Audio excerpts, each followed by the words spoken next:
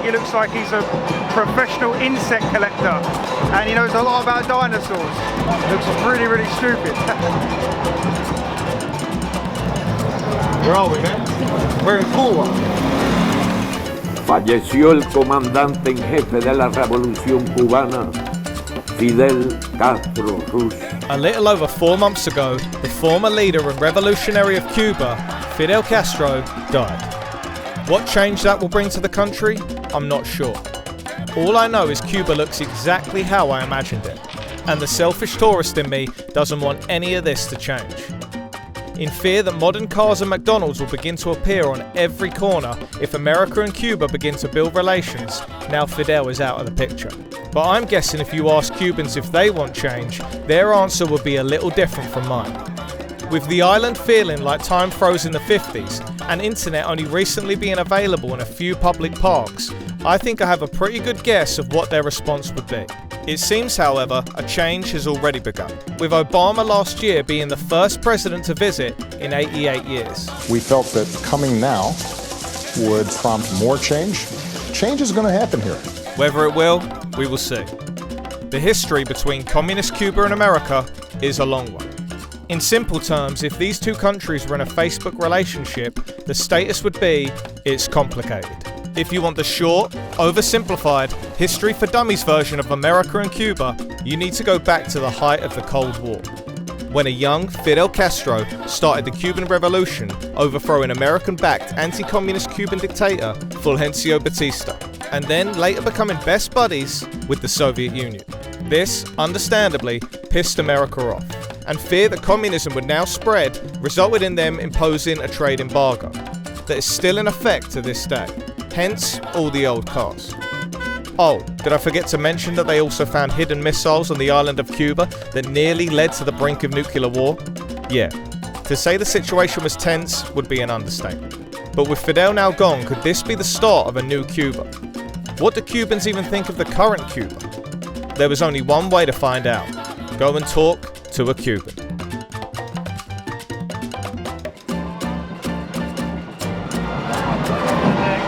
Welcome to Cuba. We're just following this crowd at the minute, and we're on our way to a guy called Dennis's house. He's going to make us some Cuban food. So let's follow the music and go.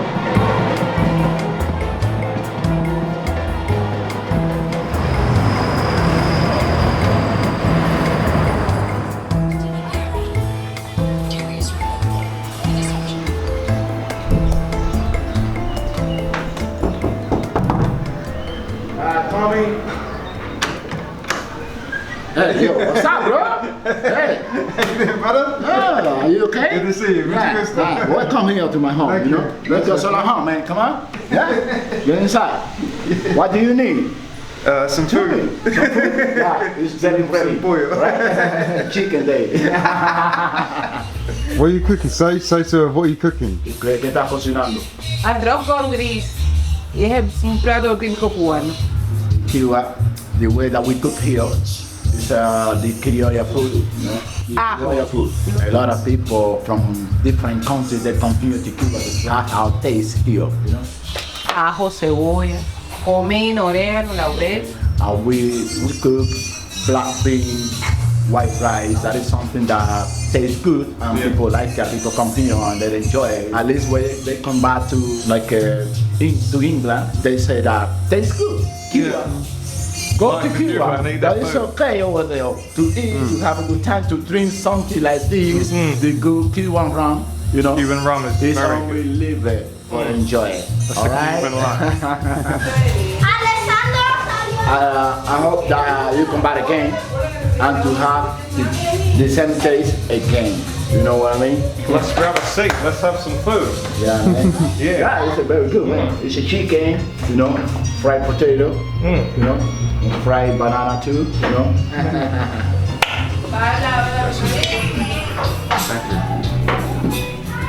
This is the onion. The onion, yeah? ¿Y dónde está mi pollo ahora? Ah, de hecho. No, ese es que ese es tuyo. What are you meant to do with it? This is mine and this is yours. Oh! Don't worry, man. Okay, Jonas. After lunch, we felt the time was right to ask Dennis what he thought of Cuba. But firstly, let's get one thing straight. Freedom of speech isn't exactly a thing here. Saying the wrong thing can get you prison time. Criticism against the government can get you major prison time. For this reason, we told him he doesn't have to tell us his opinion on film. So you can only admire this man's bravery when he still wanted to anyway. What's up, Cuba? So I am Dennis. I'm born here in Cuba. I'm 44 years old. I want to say something about my country. It's my root. It's my blood. For me, something is good, something is bad. I don't want to say nothing about the government. The government for me and the Cuban political for me is okay. But the problem is the people that have power, not exactly the government. The people that they give power down, they use that power, and sometimes they make people feel a little bit bad. I have nothing bad to think about the Cuban political. For me, it's okay. I'm Cuban. I'm a Cuban guy. But sometimes it's not so good for me because the people that have the power thinking another way. They are not thinking like the government say it, that they have to do it. For me, come on, I die here. I gonna die here. I born here, I die here. My family, my roots, everything is here in Cuba. I'm never gonna lose that, because if I lose my culture, I don't know who I am. You know what I mean? Thank you so much, sir. Dennis, tell me, how do you feel at home? I feel very at home, man. It's you've really given us a real experience to the real authentic Cuba.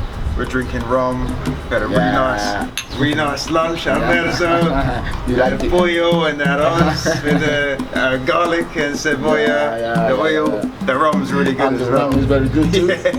You see? I love the rum. People have to come here to Cuba, man. Because they don't know what they are losing.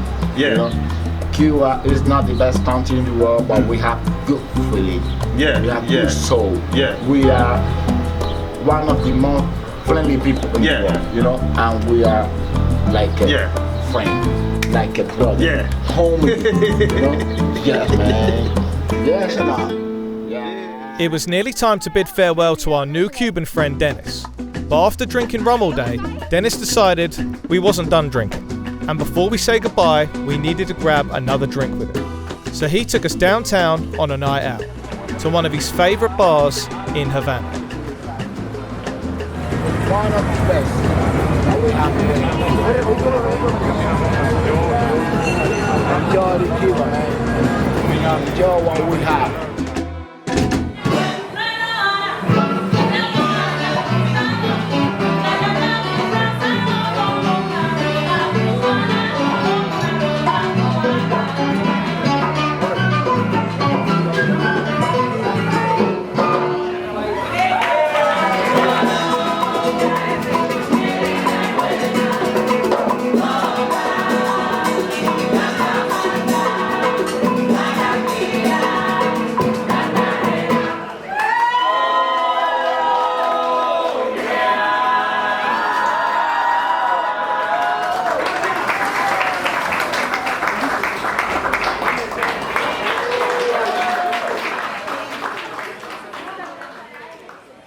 The next day, Jim was reflecting on the night out and the time spent in Cuba so far, as we head to continue our Cuba bucket list.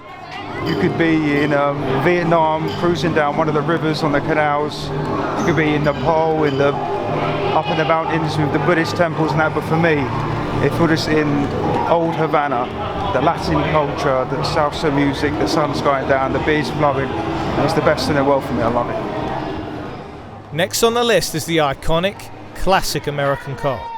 You literally can't leave Havana without riding in it. It would be like going to Venice and not getting in a gondola. So we are heading to one of Havana's most historic sites in style, chauffeured in a 1950s Chevy convertible. Yeah, I love Havana. I literally feel like I'm in a film all the time with my little hat on, and I'm like in the 1950s, just driving around, just seeing the sights and stuff. But I tell you, this this hat that they wear, I think it's just called a sombrero like the other hats. It's very itchy, incredibly itchy because it's made of straw. Yeah, I feel like I'm in a weird little film all the time, constantly. The streets, I love it here. This so far in the Adventures of Joe and Jim, Cuba gets #1, and I think it's going to be very, very hard to be beaten. Very hard.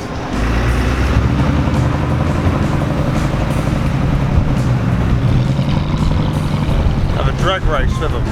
Feel like we're having a drag race in the 50s. That one sounds massive. Yeah, I don't know how old that engine is, but it sounds great. You know what I love about the Cuban Spirit?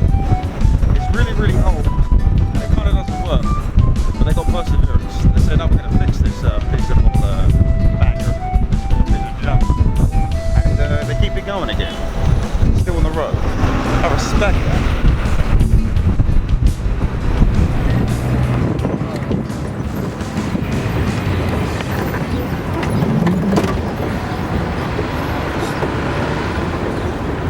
Havana, baby.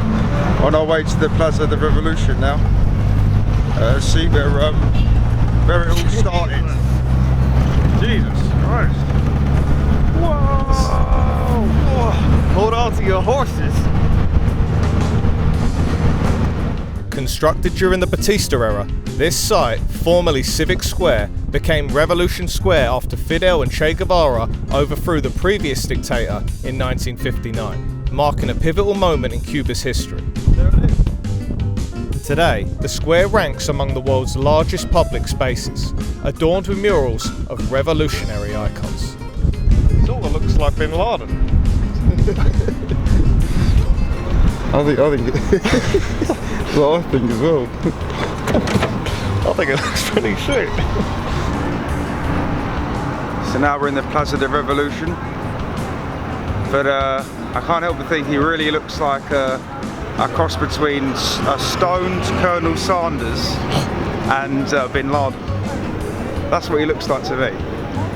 I think he should be sacked. Like we've done that, because if that's meant to be Fidel Castro, it's absolute. It doesn't look anything like him. It's a stoned Colonel Sanders. Wait, hold on. Apparently this is not supposed to be Fidel Castro, but another revolutionary named Camilo Cienfuegos, which I also think looks nothing like it. At this point, the only similarities I can see with anything is how much Fidel looks like Liam Neeson. Can't say too much about it around here because they don't really have freedom of thought, which is a little bit dodgy. So we'll keep it on the hush. Many of Fidel's famously lengthy speeches, lasting sometimes several hours, would take place here over the course of his rule. And this guy ruled for a long time, outlasting 9 American presidents and surviving over 600 assassination attempts, including a famous plot by the CIA to kill him with an exploding cigar. His policies and actions continue to make him a controversial figure to this day, kinda like the Marmite of the Caribbean. Viva la revolution. Bye.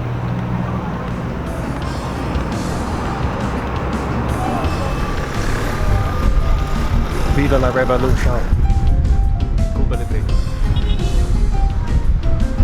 Cool. So this is where it actually happened. And now it's like a big old car park.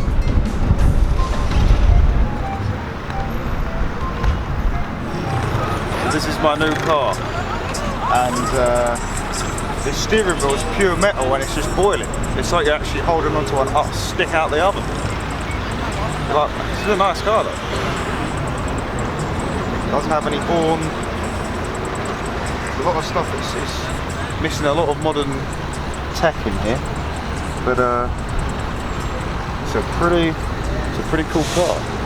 I do like it.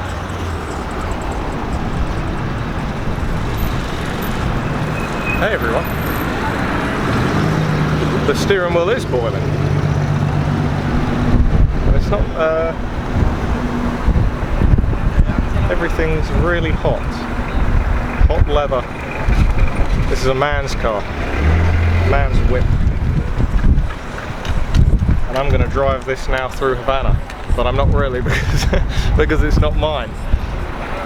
and I'm gonna drive it till the Chevy to the levee is dry.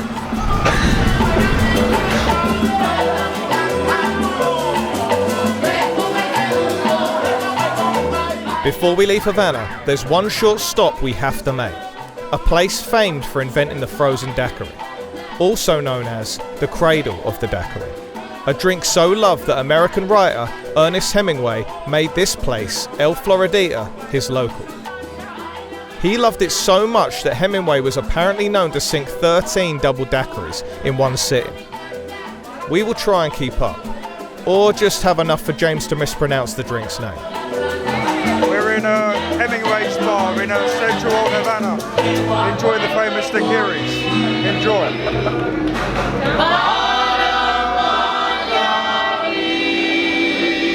Good, strong.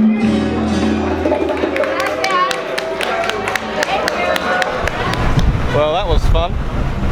Let's go get some cigars now, some good old Cuban cigars, and see what they taste like.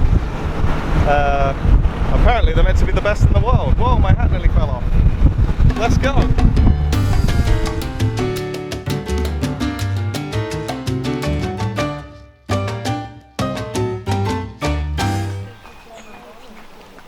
Viñales Valley, tobacco country. A 2 to 3 hour ride from Havana, nestled in between the mountains, is the sleepy town of Viñales. Hiding somewhere out there in the tobacco fields, like some sort of legendary Pokemon, is a master cigar maker. An old farmer that holds traditions of the tobacco leaf that transcend his own lifetime. With help from our tour guide, we embark on a quest to seek him out and unveil the secrets that make Cuban cigars the best in the world. The only thing to export from here is this tobacco. Rice and beans is imported and it is for the family. But tobacco is to grow the best cigars everywhere to export. The first client of Cuba is France. The second, Spain. Even with the crisis, Spain is the second. The third, China. Increasing it, the new rich Chinese. The 90%, you have to sell it to the government. And you can keep as a family only the 10%. We're only talking about tobacco, okay? You can keep the 90% of the rice and beans, but you have to sell the 90% of the tobacco. It's the only one to export. Where it goes into many factories. Around here there are many factories where many women, you can see only women, taking all the leaves one by one, open, checking the quality, and putting in different positions. You say in English, sorting house, degrading leaf, and deveining, central vein out, one by one. It is a very boring job, but it is a very important job. We call it despalillo, deveining factory, okay? So we can see today that 10% they keep as a family. Because tobacco to be smoked must be fermented. Fermentation. If you take it from here when they are dry and roll a cigar, it doesn't work. No combustion, no flavor, no aroma. So you must keep all the leaves together, sealed, hermetic, closed and very tight, with a high humidity. And then in a year, in 2 years, you open this and they are ready to roll. So basically, 3-4 years to roll to get the cigar at the end. Okay, all by hand. Winston Churchill. It's a Cuban cigar with this name because he was one of the most famous smokers of Cuban cigar, and it's 25 for a big cigar, okay? For the cigarettes, they don't care, okay? It's just ground tobacco, growing, dry and ground. It's just different. So for the best cigars, good cigar, you must be fermented, sometimes even 5 years, okay? For the cohiba, the most expensive, okay? So it takes a long time, slowly.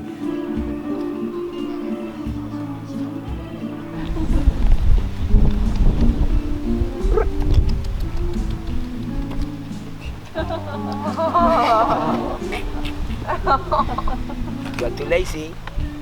Are you Cuban? Cuban life is just like that. We say in Cuba, time is no money. So enjoy the life, okay? We need the rain. Along the dusty path, we follow the smell of cigar smoke like a trail of breadcrumbs. The fields scattered with men no younger than 60, until we reached a small cabin. Inside was the legend we were looking for, the moustache-wielding wizard of tobacco. So his name is Gerardo. He used to be very romantic. He was married with my mother-in-law a long time ago. No, eso no. Tranquilo, Fraile, vamos a comenzar por explicarle que esta es la hoja de tabaco del año pasado. Y la fermentación acá en la casa de tradición de familia es con agua, miel, la hoja de la guayaba y un poquito de ron. So do you remember I was talking about the fermentation? So he's going to give the details about the fermentation. He means the fermentation. Todo eso se mezcla en un recipiente grande similar a un mojito y se lleva al fuego para que hierva. Y al próximo día pues, se toma un plástico al piso de la casa, muchas hojas de tabaco y a la mano vamos bañando la hoja. So it's not possible for a family to sell cigars into shops. They can sell the leaves, but not the cigars. So it's not allowed to create a cigar with your name. It's government. So no one is growing Monte Cristo here and Romeo and Juliet there. It's a combination and blending of leaves from every family. Cigars are something you save for an occasion, something to celebrate, a big event, a moment you carve out of your day to share the time it takes to smoke it, surrounded by good company. I can't think of a better occasion than right now, sharing it with the guy that grew it on his land in Cuba, taking it from the simple tobacco leaf and rolling it into something that's sought after all over the world.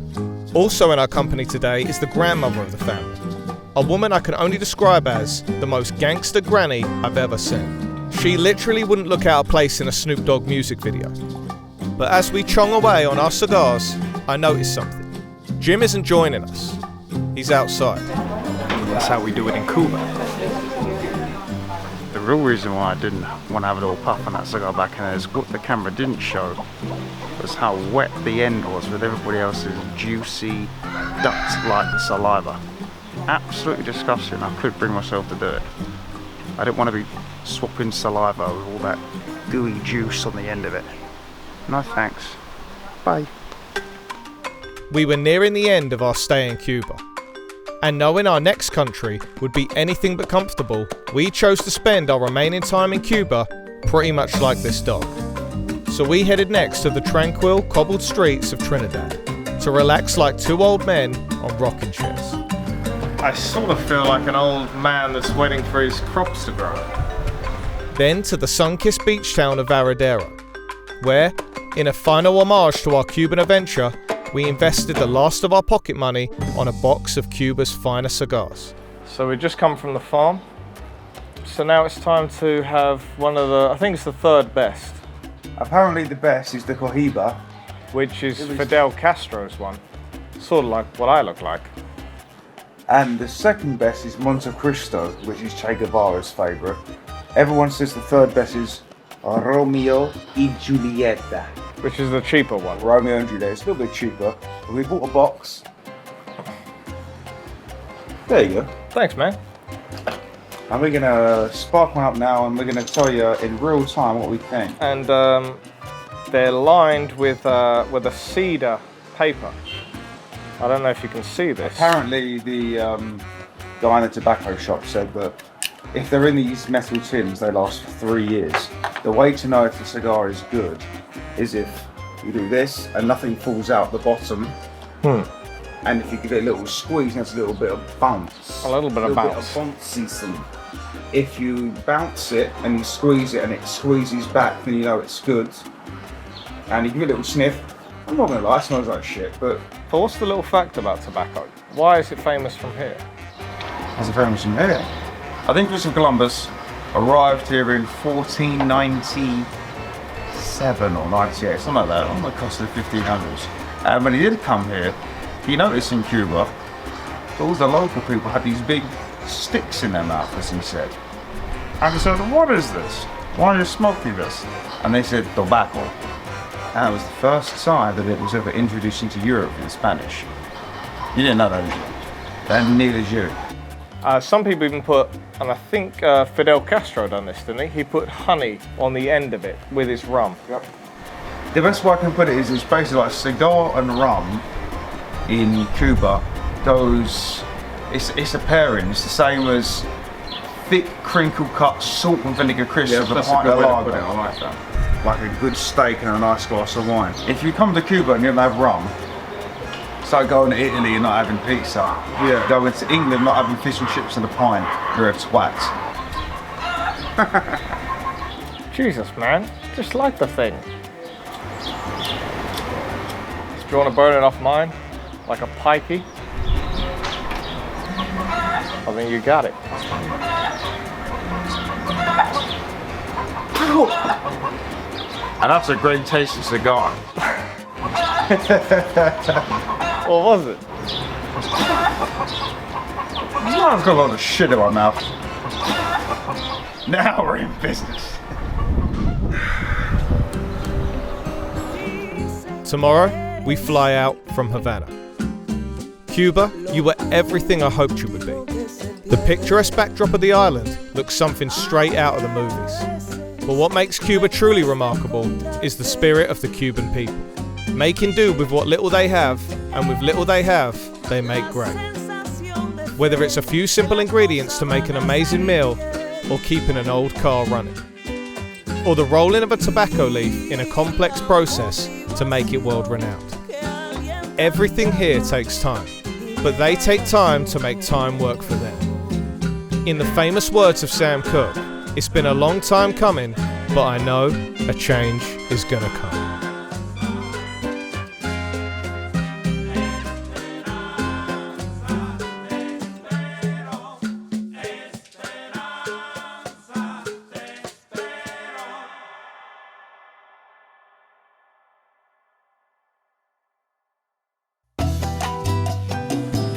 This is the outtakes, right? Yeah.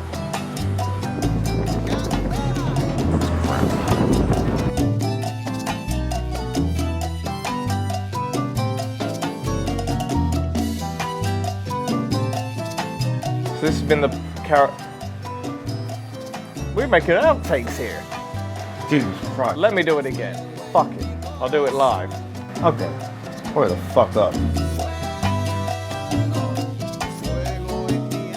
It's where Che Guevara hided out during the revolution, where he ate cheese sandwiches with Fidel, cheese and pickle. They're his favourite. There's only one. Jesus Christ, am I gonna get this shot? He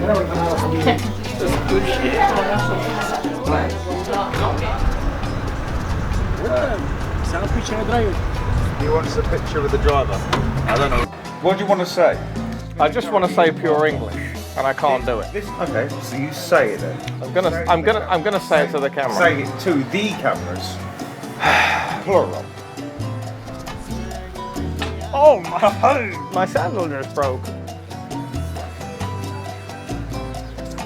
I was going to launch that then. Everybody's 76 years old around here. So this has been the carrot.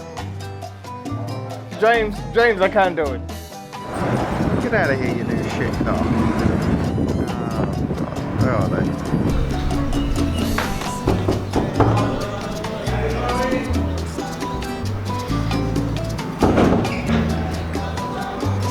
Okay, let me have a go. Goodbye now from Cuba. And you ruined it. I did. Yep, thanks for that. We'll do it one more time. They know back colours and that was really good. And I just fucked the whole thing up. Thanks. I just So ruined it. Just got back from the cigar factory that we haven't filmed. So, bye.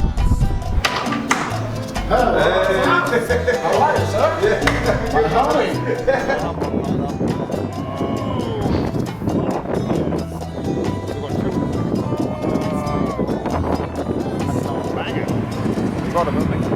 I like it. You'll see the credits going down on the side now. I'm getting a little bit of shit on here. What you don't see is I'm chewing me hand. And it's probably not in focus. So you can go fuck yourself. The revolution is invincible. Apparently.